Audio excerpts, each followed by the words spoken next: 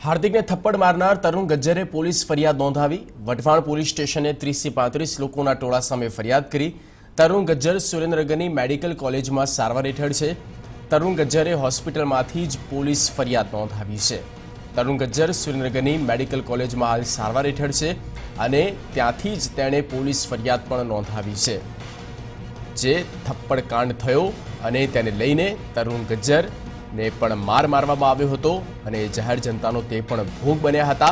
तात्कालिक पोलीसे आ मामलो शांत पाड्यो पण नानी मोटी ईजा पहोंची छे। तेने सारवार आपवामां आवी छे अने ज्यां होस्पिટલમાંથી જ તેમણે ફરિયાદ પણ નોંધાવી છે। હાર્દિકને થપ્પડ મારનાર તરુણ ગજ્જરની साजिद बिलीम संवाददाता फोन पर। साजिद, पूरी विगत। जी साजिद। जी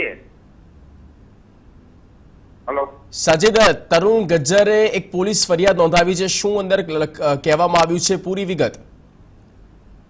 जी जगदीश, जो बात करें तो आज हार्दिक पटेल पर थप्पड़ मारी हती अने तरुण गज्जरे त्यारबाद टोळाने टोळा द्वारा लोको द्वारा हुमलो करवामां आवतो तरुण गज्जर उपर तरुण गज्जरने ढोरमार मार्यो हतो अने तरुण गज्जरने सारवार हेठळ खसेडवामां આવ્યો હતો ને વધુ સારવાર માટે તેને સુરેન્દ્રનગર મેડિકલ કોલેજમાં ખસેડવામાં આવ્યો હતો અને હાલ પણ ત્યાં મેડિકલ કોલેજ છે સુરેન્દ્રનગર, ત્યાં તરુણ ગજ્જર સારવાર હેઠળ છે અને તેને આંખની ઉપર અને મગજની ઉપર ફ્રેક્ચર હોય તેવું નિદાન પ્રાથમિક તપાસમાં થયું છે।